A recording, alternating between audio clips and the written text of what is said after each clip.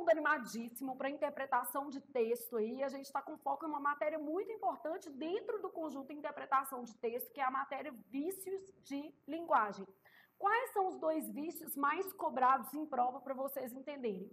Pleonasmo e ambiguidade. Então, geralmente, a gente vai perguntar qual é o enunciado que apresenta pleonasmo, qual é o enunciado que apresenta ambiguidade. E eu posso ter uma questão mais perversa, né, em que eu vou perguntar para vocês, por exemplo, qual é o enunciado que apresenta vício de linguagem. Então, todos os vícios, aí você tendo uma noção desses vícios, você vai conseguir ali saber qual é o enunciado que apresenta vício de linguagem. Então, nós vamos falar um pouco desses vícios de linguagem, eu vou explicando, é um conteúdo de interpretação de texto, beleza? Dentro da nossa lógica aqui.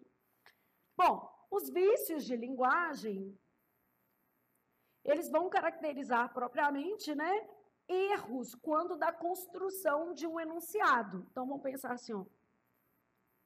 Vícios de linguagem, mais bonitinho.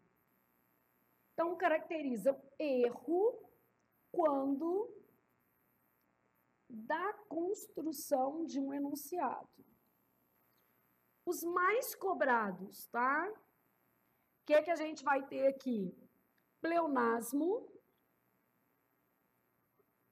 e ambiguidade. Tem um tipo de questão também que é muito comum, que são questões de coerência. Então, geralmente, você vai ter lá questões de coerência, incoerência, no enunciado mesmo. Então, basicamente, dentro da lógica de vícios de linguagem, nós vamos trabalhar todos, mas já para a gente ter uma noção daquilo que cai mais. Quais são os vícios mais cobrados? Pleonasmo e ambiguidade e questões relacionadas à coerência e incoerência.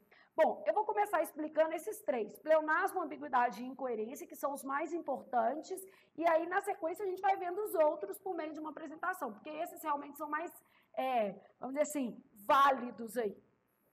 Então, dentro de uma lógica, né, sua banca geralmente vai gostar mais de pleonasmo, a gente já sabe o que é isso, pleonasmo, a gente tem a repetição, né? Pode ser um recurso publicitário para dar ênfase. Então, a gente fala assim, ó, é uma repetição desnecessária de uma ideia. Às vezes, pode ser um recurso publicitário para dar ênfase. Então, depende do contexto para a gente analisar quando dá prova mesmo, tá? Então, eu penso em repetição desnecessária, eu tenho os pleonasmos que eu vou considerar viciosos, né? Sair para fora, entrar para dentro. Só que isso aqui não cai em prova, não. Ou pelo menos cai menos. Subir para cima. Descer para baixo. Que os pleonasmos que a gente considera como pleonasmos viciosos. E a gente tem os pleonasmos que são mais comuns em prova, que são os pleonasmos mais complexos. Vamos supor que eu tivesse assim, ó. Há 10 anos atrás, que a gente já faz e nem percebe, acha até que está faltando uma palavrinha. Há 10 anos atrás, tinha menos celulites do que tem hoje. Verdade, viu, gente? Bem menos. Pode ser outra coisa, né? Também tinha menos dinheiro do que tem hoje. Então, vou preferir ficar com as minhas celulites também, né, gente? Porque, vamos falar a verdade, tem hora que... Outro dia alguém me perguntou assim, ai, você gostaria de ter 18 anos de novo? Eu falei, jamais. Aí eu acho que a pessoa ficou me olhando e pensou assim, não, jamais. 18 anos, gente, eu não tinha dinheiro para tomar um milkshake. Eu andava de ônibus lotado, eu pegava 2 ônibus para ir para a faculdade, trabalhava o dia inteiro, estudava, tinha uma filha de 1 ano. Então, assim, minha vida era muito complicada. Então, não trocaria. Prefiro a celulites, prefiro a idade, prefiro muita coisa. Nenhuma saudade dos idos tempos de adolescência e de, como é que fala? Idade adulta que não voltam mais. Estou gostando de hoje, tá melhor. Então, há 10 anos atrás, tinha menos celulites do que tenho hoje. E estou bem com isso, graças a Deus. Então, esse aí, esse atraso aí, caracteriza um pleonasmo, que é isso que vai aparecer lá na sua prova. Em enunciados não enormes, na verdade, os enunciados são mais ou menos desse tamanho que a gente está trabalhando aqui mesmo. O seu negócio é reconhecer esse tipo de palavrinha. Você tem que tirar uma ou outra, tá? Não precisa tirar as duas. Vou cortar o atraso aqui só para a gente entender o pleonasmo. Outro tipo de enunciado que pode aparecer lá na sua prova. Então, vamos imaginar assim, ó. A criação de novos empregos, se é criar, já são novos, né? Depende do governo. Então, quando eu falo a criação de novos empregos, criar já implica serem novos. Então, não é a criação de novos empregos, você pode tirar. A criação de empregos depende do governo. Então, nesse caso, eu tenho uma estrutura pleonástica, repetitiva. Pleonasmo tem a ver com tautologia, porque você pode encontrar assim, né? Às vezes, lá na prova vem escrito tautologia, o menino fala assim, sei o que é isso, não. Ou só ouvi falar da aula de raciocínio lógico, mas é a mesma coisa. Então, a gente pode trabalhar tautologia. Também é a mesma coisa de redundância, né? A gente pode ter um enunciado de redundância. E é essa ideia de repetição. Vamos supor que eu tivesse assim, ó, cacos de garrafas quebradas, né? Encontrou, são cacos, já são garrafas quebradas. Beleza? Então, nesse caso aqui, cacos já remete o quê? A garrafas quebradas. Cacos de garrafas, né? Não precisa dessa palavra aqui, porque caco já tem a ver com garrafa. Cacos de garrafa. Nem precisa desse plural aqui também, pode tirar. Cacos de garrafa. Beleza? Então, o pleonasmo tem a ver com essa estrutura de repetição que a gente coloca dentro do enunciado. E você vai encontrar lá na prova uma questão assim, ó, assinale a alternativa em que aparece redundância, assinale a alternativa em que o enunciado apresenta um vício, que pode ser mais geral, e aí o vício desse enunciado ser um pleonasmo, isso tudo é possível na sua prova, tá? E a gente vai corrigir muitas questões, então você vai acabar pegando isso. Bom, aí eu tenho lá ambiguidade. Ambiguidade, também chamada de anfibologia. O que é a ambiguidade ou anfibologia? Enunciado com mais de uma possibilidade de sentido. Então, eu tenho um enunciado com falha de clareza. Então, aqui a gente diz que a falha é de clareza. Então, o enunciado não tem clareza. Existem alguns fatores que geram ambiguidade. Quando é que eu tenho uma possível ambiguidade? Ela acontece com pronomes possessivos de terceira pessoa, muito comum com pronomes relativos quando há mais de um referente, pronomes pessoais com mais de um referente também. E uma outra possibilidade é quando você tem um efeito polissêmico e acaba não percebendo que aquela frase acabou com um duplo sentido. E aí, nada melhor do que exemplos para a gente ver essas possibilidades, tá? Quais são os recursos mais comuns? A ambiguidade pode ser intencional numa publicidade, por exemplo, né? Então, vamos imaginar que eu tivesse uma charge, né? Eu não vou usar desenhar, porque eu não sei, mas vamos supor que eu tivesse uma frase numa charge que tivesse a frase assim, ó, o governo realmente preocupa-se com seus filhos. Eu vi uma charge assim, só para você analisar. Nesse caso aqui, seus pode ser dos eleitores, né? E aí, nesse caso, o governo é bom, e seus do próprio governo. E nesse caso não é tão legal, né? É uma crítica, obviamente. A intencionalidade aqui foi crítica. Então, a ambiguidade pode ser intencional, pode ser usada como um recurso argumentativo. Então, quando eu falo assim, ó, imagine que lá houvesse um desenho falando que o governo realmente preocupa-se com seus filhos. E aí eu tenho filhos de quem? Filhos do governo ou os filhos do interlocutor, ou seja, dos seus o quê? Eleitores, dos seus interlocutores, tá?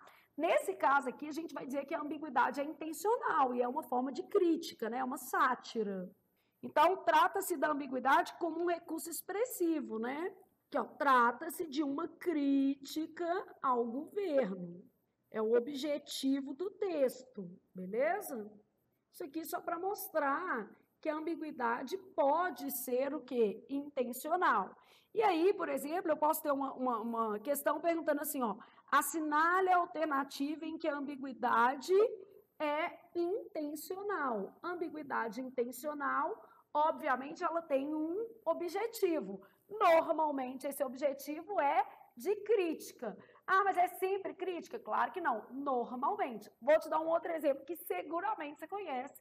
Vamos pegar essas músicas que tem duplo sentido, né? Então, algumas músicas que têm duplo sentido, principalmente as que têm uma conotação mais sexual, né? Essas músicas que elas são eróticas, mas não falam explicitamente o termo, essa ambiguidade também é intencional e é usada como recurso expressivo. No caso aí, para atenuar a abordagem feita dentro do texto, né? Dentro de uma dada música. Então, nesse caso aqui, mostrando esse exemplo que é fácil vocês entenderem o que está acontecendo. Pode ser filhos do próprio governo e, no caso, filhos dos eleitores. E nesse caso aí a gente tem duas abordagens. Claro que é uma crítica, né? Claro que quem escreveu isso aqui está muito mais pensando em fazer uma crítica ao governo, beleza? Então, é intencional isso aqui, não é para cada um interpretar do jeito que quiser, é para perceber esse efeito satírico dentro do texto. Bom, ainda falando de ambiguidade, deixa eu colocar mais uma folhinha em branco que eu vou precisar aqui. A gente vai trabalhar que tipo de recurso dentro de ambiguidade? Quais são os elementos que normalmente formam a ambiguidade? Então, que tipo de elemento eu tenho que pode formar ambiguidade, tá? Porque isso também acaba sendo importante quando dá análise de questões. Pronto, já tenho 10 folhinhas em branco para trabalhar. Não é por falta de folha que a gente não vai fazer, né? Bom, aí estou lá pensando nos recursos, quais são os recursos que geram ambiguidade. Então, o que você vai reconhecer na questão de ambiguidade? Quais são os principais recursos que aparecem quando se trata de ambiguidade? Pronome possessivo de terceira pessoa, pronome relativo com dois referentes, né? Pronome pessoal com duplo referente e ambiguidade vocabular, né? Eu posso ter a posição do termo gerando ambiguidade e posso ter uma polissemia gerando ambiguidade. Vou colocar aqui, ó. Todos esses recursos podem ser casos de ambiguidade. Vamos supor que eu tivesse assim, ó, o professor deseja apenas que o aluno entenda seu texto. Qual que é o nosso problema? Seu texto. O texto do professor ou o texto do aluno? Então, o professor deseja apenas que o aluno entenda seu texto, eu posso ter o texto do professor ou o texto do aluno. Pronome relativo com duplo referente, eu falo assim, ó. A crítica do jornal a que tive acesso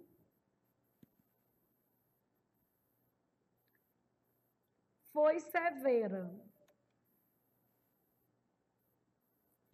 Eu tive acesso à crítica ou eu tive acesso ao jornal? Eu posso ter tido acesso à crítica porque alguém me contou e não propriamente ter tido acesso ao jornal, tá vendo?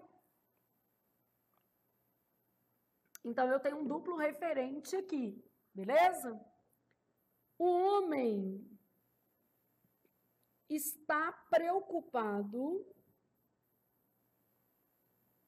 Aqui, ó, usa um pronome pessoal ambíguo, pois ele tem suas limitações. Ele pode ser o homem ou o tempo. Obviamente, a ambiguidade só vai acontecer porque os termos estão no mesmo gênero, né? Ambos no masculino, ambos no feminino, que senão não vai ter isso. Posição do termo. Então, às vezes, vamos supor que eu tivesse assim, ó, a menina pediu, essa aqui caiu até numa prova.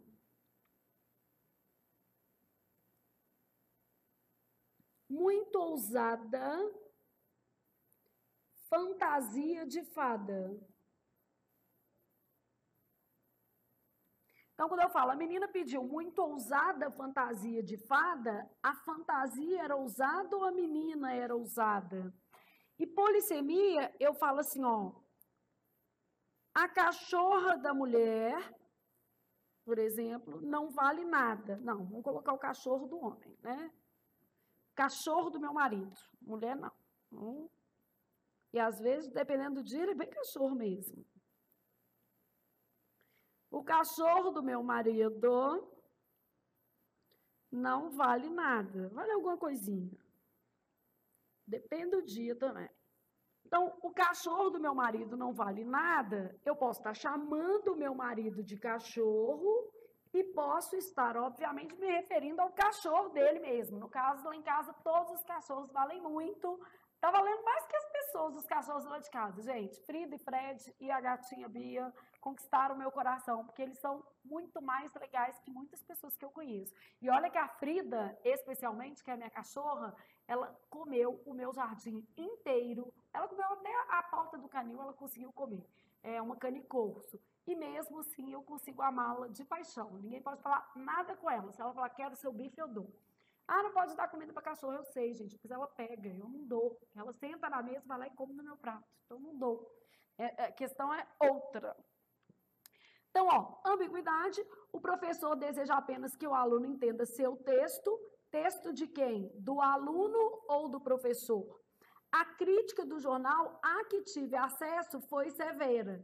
Tive acesso à crítica, tive acesso ao quê? Jornal. E depois, o homem está preocupado com o tempo, pois o homem ou ele, o tempo, tem suas limitações. E as suas limitações, os suas também, né? Porque está acompanhando esse ele, pode ser as limitações do homem e as limitações do tempo. O cachorro do meu marido não vale nada. Aqui é um efeito polissêmico, pode ser que o marido seja um cachorro, e dependendo do marido, se não ajudar a lavar uma vasilha, né, gente? Se não armar a cozinha domingo, às vezes é meio cachorro mesmo, porque a gente também trabalha muito, então tem que dar uma força, né? O cachorro do meu marido não está valendo nada, né? Dependendo do que vier na fatura de cartão de crédito, nem olho, para não ter esse desprazer, né? Então, nesse caso aqui, são os efeitos polissêmicos que a gente vai ter. Ambiguidade ou anfibologia, igual eu falei, pode ser um recurso intencional, mas também pode ser um erro, ou seja, a frase foi mal formulada e com isso ela implica erro. E aí, nós vamos falar de incoerência, que despenca na sua prova, tanto perguntando qual é o enunciado coerente, quanto qual é o enunciado incoerente, beleza? Então, vou começar com um exemplo que vive aparecendo na sua prova, que é graças. A incoerência, né, é o vício. Então, o que é incoerência? É a falta de sentido objetivo, lógico no trecho. Por que eu estou colocando falta de sentido objetivo, lógico? Porque quando a gente analisa um trecho, às vezes a gente consegue ver a percepção semântica, vamos dizer assim, periférica, pragmática, e acaba atribuindo sentido ao trecho, mas ele por si só não tem um sentido coerente. Então, vamos supor que eu tivesse assim, ó. Vamos supor que eu tivesse isso aqui, ó. Graças à doença, ele foi internado. Isso aqui, gente, é positivo. Então, meu enunciado ele tem um traço de incoerência porque deveria ser devido à doença, ele foi internado. Então, aqui, ó, devido a, por causa da doença.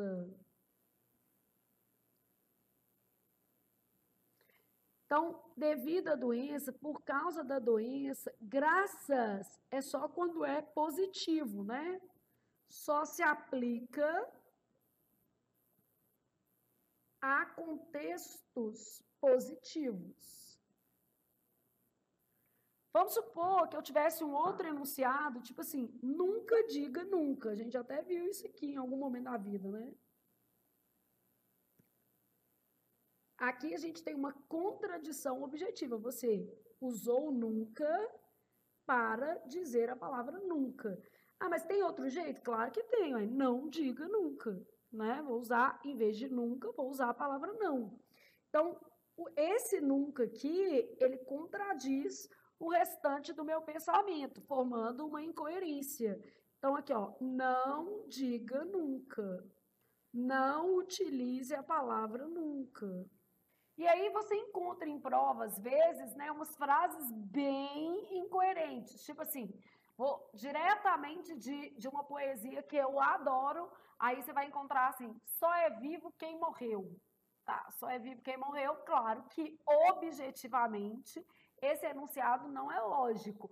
Mas o texto como um todo traz, obviamente, por conta de metáforas, de figurações, um sentido possível, né? Então, só é vivo quem morreu, quer dizer, quem deixou crenças, mas a frase, ela é objetivamente incoerente, e isso pode aparecer na sua prova. Pode aparecer de dois jeitos, perguntando assim, qual enunciado tomado isoladamente deve ser tido como incoerente, e qual enunciado, dentro de uma percepção do conjunto do texto, assume um sentido diferente do objetivo ou do sentido lógico previsto na enunciação. Então, só é vivo quem morreu, a gente sabe que pode ser no enunciado objetivamente incoerente e dentro do contexto fazer sentido, porque essa morte aí é figurada. Então, eu preciso avaliar o contexto também, tá? Então, esses são os 3 principais pontos que você vai encontrar nas questões de vícios de linguagem. Mas tem outros vícios que a gente pode trabalhar também. O que são esses vícios? Então, vamos lá pensar de uma forma mais rápida agora, porque a gente já viu os mais importantes, tá? Então, os vícios de linguagem, a gente vai ter vários, ó. Barbarismo, arcaísmo, pleonasmo, cacofonia, já vi em prova também, caiu uma estrutura cacofônica, solecismo, vários, né? Então, neologismo. Ô, Flávia, neologismo não é só uma palavra inventada? Mas é um vício, né? Porque a palavra não está lexicalizada, ela não consta do dicionário. Então, aqui, ó, os vícios de linguagem são desvios em relação à norma culta, quando a gente pensa assim, o que são esses vícios? Desvios em relação à norma culta, quer na pronúncia de um termo, quer na sua, o quê? Escrita. Bom, a gente considera vício quando a gente percebe que há uma ignorância, não no sentido pejorativo da palavra, tá? Mas no sentido mais afetivo. O que é ignorância? Aquele que não conhece. Então, quando você fala assim, ó, a pessoa errou por ignorância, por desconhecimento do termo. Então, quer por ignorância, quer por descuido do escritor. Agora, vamos lá. Se for intencional, eu não vou chamar aquilo objetivamente de vício. Eu vou dizer o seguinte, se apropriou de um vício, como a ambiguidade ou pleonasmo, como recurso expressivo para atender uma intencionalidade própria de um dado texto, uma publicidade, por exemplo, tá? Então, pode ser ignorância ou pode ser descuido do escritor, né? Desconhecimento da regra ou um descuido mesmo, beleza? Os vícios, né, podem comprometer a compreensão de um texto e, obviamente, acabar trazendo prejuízos aí à execução de uma tarefa, a compreensão da mensagem mesmo, beleza? Vícios que podem aparecer, vícios fonológicos, então a pessoa, em vez de falar rubrica, vai lá e fala o quê? Rúbrica, e em vez de falar recorde, vai lá e fala o quê? Recorde. São vícios fonológicos, vícios que têm a ver com a pronúncia de uma palavra. Quer ver um tipo de vício fonológico que é muito comum na oralidade? A supressão do R final de formas verbais. Vamos sair hoje, vamos fazer um combinado. Aí na hora de vamos fazer um combinado, a gente dá uma... Vamos fazer um combinado? Quase coloca um circunflexo, né? Vamos sair, aí quase coloca, né, uma tonicidade aí inadequada. Então, os vícios fonológicos estão ligados à pronúncia, os vícios ortográficos à grafia adequada da palavra, os vícios sintáticos à estruturação da frase. Então, vícios sintáticos vão envolver regras de concordância, regência, crase, colocação pronominal. E aí vai, né? Ou seja, toda a base de análise sintática. Vícios semânticos, vícios pragmáticos, vícios estilísticos. O que são esses vícios semânticos, pragmáticos e estilísticos? São vícios relacionados dentro do conjunto da obra, né? A sentido, no caso dos vícios semânticos, a gente tem ali um vício relacionado ao sentido próprio, né? Então, eu posso ter uma palavra tomada em sentido próprio, uma palavra tomada em sentido figurado, né? Tudo isso eu posso trabalhar. Então, esses vícios semânticos têm a ver com o sentido, os vícios pragmáticos com o contexto. Então, vícios semânticos, basicamente, sentido, pragmáticos em relação ao contexto e estilísticos em relação aos recursos expressivos usados para a composição da mensagem. Todos esses vícios podem aparecer, tá? O pragmático tem a ver com a sua noção de mundo, contexto, né? A pragmática tem a ver com o seu conhecimento de mundo. Existem questões de interpretação de texto que elas pedem o conhecimento de mundo do interlocutor. Ou seja, a questão fala assim, ó, levando em consideração o seu conhecimento de mundo, você vai analisar um determinado enunciado, já sabendo quais são as possibilidades de ele ser aceito, logicamente, pelo interlocutor ou não. Então, a gente vai fazer questões para você ficar mais seguro em relação a isso. Bom, espécies de vício, né? Então, dentro desses grupos, a gente tem barbarismos, que são mais ligados à grafia, solecismo, análise sintática, anfibologia ligada ao sentido, cacófato ou cacofonia ligada à pronúncia, arcaísmo ligado ao contexto histórico de uma palavra ou de um termo, ou ao uso dessa palavra num determinado contexto, e o pleonasmo à repetição. São os principais vícios que a gente tem. Tem outros, tipo eco, rima, e a gente vai falar um pouquinho deles, tá? Bom, barbarismos correspondem a erros de pronúncia ou de grafia dentro de um determinado contexto. Então, a gente fala de barbarismo gráfico ou barbarismo prosódico, que também pode ser chamado de cacoépia, beleza? Ainda, nós temos o estrangeirismo como um vício linguístico e o hibridismo também. O estrangeirismo, uso desnecessário.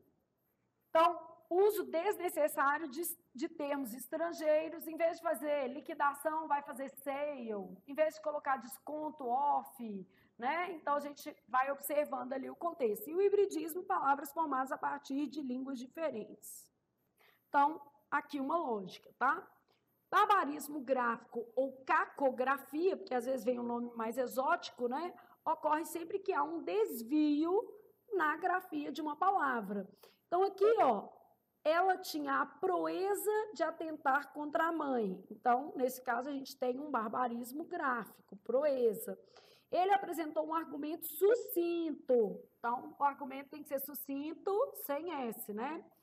Reivindicação, ó, basicamente, um N a mais aqui, ela expressava certa melancolia, aqui com X.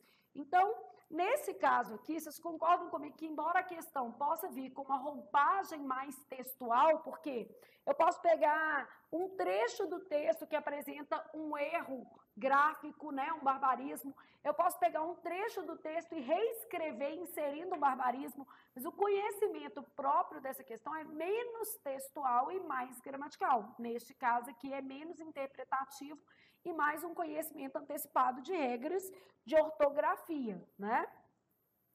A mesma coisa acontece quando a gente fala de barbarismo prosódico ou cacoépia.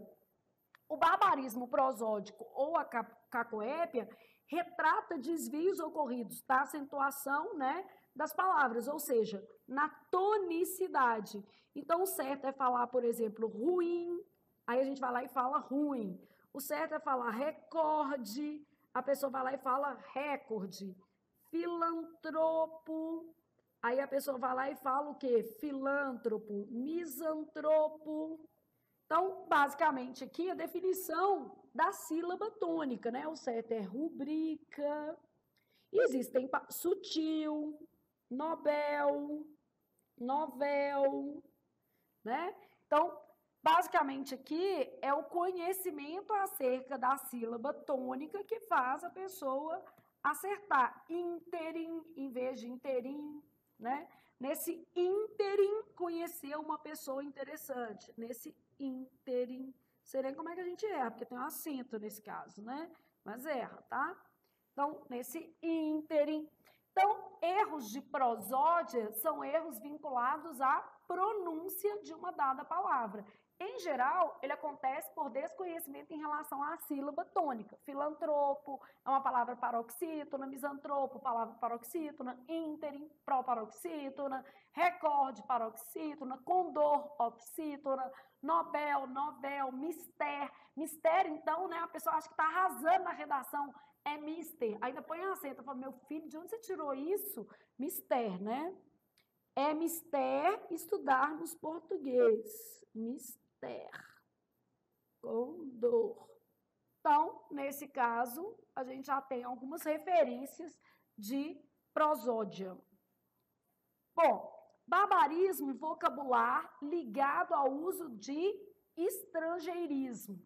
O que acontece? A gente fala que vamos dizer assim, os termos estrangeiros, eles podem ser usados desde que consolidados e porque não existem outros que façam as suas vezes dentro do contexto lógico, discursivo, ou que sejam recorrentes para a nossa prova. Por exemplo, eu posso usar site, mas existe a palavra sítio. E algumas organizadoras, como o Sebrasp, por exemplo, optam por sítio. Então, principalmente nesse caso, né, gente, fica inventando moda não. Existem alguns termos que, por estarem associados a determinadas profissões, se consolidaram. A contability, por exemplo, dentro de contabilidade, alguns termos, dentro da área do marketing, especialmente do marketing digital, alguns termos, dentro da área do mercado financeiro, déficit, superávit, muitos termos acabaram sendo incorporados à nossa língua, tá? Os estrangeirismos não são proibidos e não são sempre vícios de linguagem, mas quando eles são usados meramente como adereço, né, um enfeite, que é o caso de say, off, é o caso de gold, no caso português gold, mas enfim, deixa assim, né, gente, já tá assim, a gente não tá brigando também com as palavrinhas, não. Os estrangeirismos, nesse caso, eles caracterizam um vício de linguagem, beleza?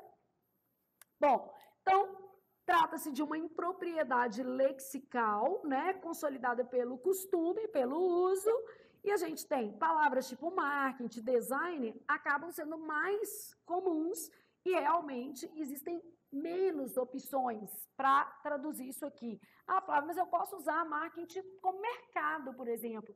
O sentido não é exatamente o mesmo. Então, quando a gente tem opções semânticas que não são equivalentes, aí a gente tem que avaliar o uso do estrangeirismo, tá? E muitos estrangeirismos viciosos, porque existem substitutos muito comuns. Então, date para fazer um encontro, meet para fazer uma reunião, call, né? E aí vai, gente, delivery para fazer entrega em domicílio, que não existe entrega a domicílio, pelo amor de Deus. Quem entrega, entrega em. A pessoa quer entregar, ainda quer entregar a. E eu quero morrer, né? Quer entregar a e colocar uma crase no a, sendo que domicílio é palavra masculina. É tipo morte, asfixia, envenenamento com requinte de crueldade. Quer acabar com o meu útero, né? Eu tô lá morrendo de dor por causa disso. Bom, então, o que pode ter? Uma questão perguntando sobre o uso de estrangeirismo e em qual alternativa aquele estrangeirismo não encontra respaldo no uso comum, no uso consolidado. Quer dizer, um estrangeirismo que é de enfeite, é adereço, já existe uma palavra consolidada para aquilo ali, a gente acaba usando outra. Vou voltar aqui. Aí depois, solecismo.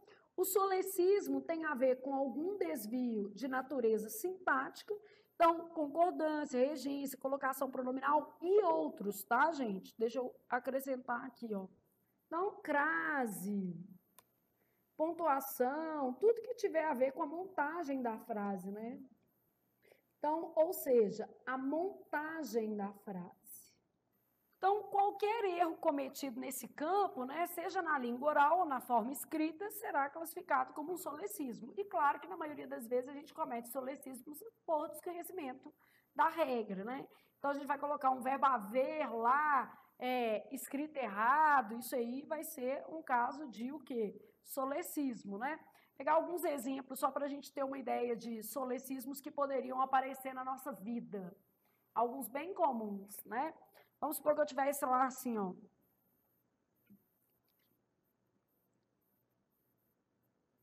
Esperava que houvessem opções para ela. Já sabe que esse haver aqui não é de Deus, né? Houvesse opções. Haver com valor existencial, sempre o que, gente? Terceira do o quê? Singular. Vamos supor que eu tivesse assim, ó. Teve quem questionasse o governo. Esse emprego inadequado do verbo ter é um caso de solecismo, né? O verbo ter não pode ser usado com valor existencial. Aí, no caso aqui, eu preciso substituir esse verbo por, em vez de teve, houve, por exemplo, quem questionasse o governo. Nesse caso, o verbo ter não pode ser usado com valor existencial. Eu tenho lá, por exemplo, assim, ó, se desculpou pelo ocorrido. Então, se eu falo se desculpou pelo ocorrido, o certo é o quê? Desculpou-se. Não se inicia frase com pronome oblíquo, né? Então, não posso iniciar a frase com pronome oblíquo átono. Bom, então, a gente entende que solecismo é um vício de linguagem relacionado à estrutura da frase. Como é que isso pode cair lá na minha prova, Flávia? Vamos perguntar onde há um vício de linguagem, de repente, tá? Ou especificamente onde há o quê? Solecismo. As duas possibilidades já apareceram em provas anteriores, beleza? É um conhecimento que vai envolver muito mais gramática, nesse caso, que propriamente texto. Mas é um vício de linguagem, é um conteúdo de interpretação de texto, tá? Bom, ambiguidade ou anfibologia. Esse é o conteúdo de texto mesmo, né? Porque isso aqui está ligado à nossa base, o quê? Semântica. Então, aqui o aluno precisa ter compreendido a frase para especificamente notar o erro. A ambiguidade ocorre sempre que alguma estrutura frasal permita a ocorrência de mais de um sentido para um único enunciado, quer dizer, mais de uma interpretação. É um vício relacionado à falta de clareza. Comprei uma camisa para minha namorada Clara. Bom, eu não sei se a namorada, não é o nome da namorada, porque senão seria letra maiúscula, tá? Mas se a namorada é uma pessoa clara, né? Ou se a camisa é uma camisa o quê? Clara. Então, esse adjetivo clara é um atributo da camisa ou é um atributo da namorada, né? Agora, se fosse assim, comprei uma camisa para minha namorada Clara e o Clara viesse com letra maiúscula, eu, obviamente, desfaria a ambiguidade, porque aí esse Clara ia ser nome próprio e a namorada ia ser a Clara. Já coloquei esse exemplo porque eu já vi uma questão assim, o uso da maiúscula retiraria a ambiguidade. Viraria outra frase, né, gente? Comprei uma camisa para minha namorada Clara, né? Fiz uma designação, aí é pessoa. Deixou de ser, inclusive, um adjetivo. Aqui, ó, Clara é um atributo da camisa ou da namorada? Não é possível identificar, né? Arthur visitou sua namorada e depois encontrou com seu irmão. Eu não sei se é Arthur visitou sua namorada, namorada do Arthur, depois encontrou com seu irmão, irmão do Arthur, ou irmão o quê? Da namorada. Então, meu problema está no segundo seu, né? Seu irmão, irmão de quem? Irmão do Arthur ou irmão da namorada que ele visitou? As duas possibilidades existem na minha frase, né? O pai viu o filho estudando em seu quarto. Ambiguidade ocasionada pelo pronome seu, pode ser tanto no quarto do pai, quanto no quarto do filho. Agora, só de ver o filho estudando, né, gente, esse pai já devia agradecer ao Senhor, porque vamos falar a verdade, a melhor coisa da vida é ver filho estudando. Né? Tipo assim, podia estar na rua, podia estar bebendo, podia estar fumando, podia estar badernando, o menino está estudando, então, independentemente do quarto, agradeça. Né? Então, o pai viu o filho estudando em seu quarto. Ambiguidade. Cacofonia ou cacófato. Então, a gente tem, às vezes, sequências de palavras que geram, né, um som desagradável. Então, por exemplo, assim, ó, na boca dela via todo o amor do mundo. Então, a junção aqui de cadela, vou mijar, pois já está tarde, né? Vou mijar ou mijar, fica meio estranho. O padre tinha fé demais. Então, a gente junta aqui, né? Fé demais. Então, nesse cenário aqui, o que a gente está observando é a junção de palavras ocasiona alguma ambiguidade, algum som desagradável, né? Fez tudo pela Dona Maria. Aí o pela Dona, vamos supor, fez tudo, alma minha que se perdeu. Esses exemplos aqui eu já vi em prova. maminha. Então, há uma maminha que se perdeu pela dona, né?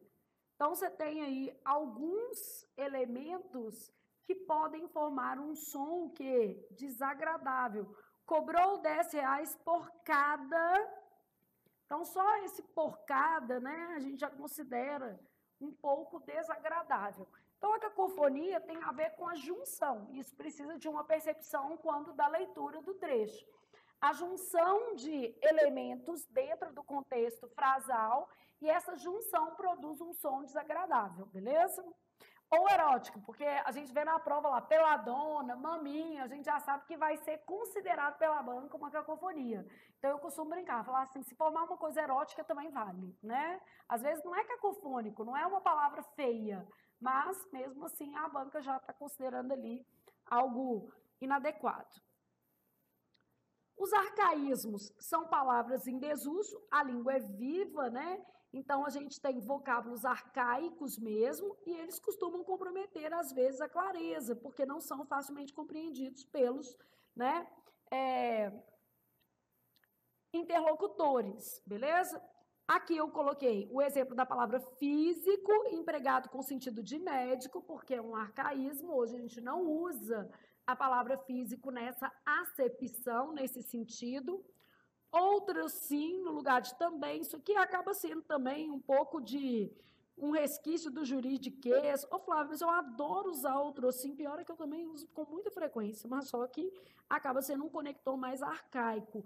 Quiçá, no sentido de talvez, a guisa de, no sentido de a maneira de, magote, para fazer uma referência à quantidade.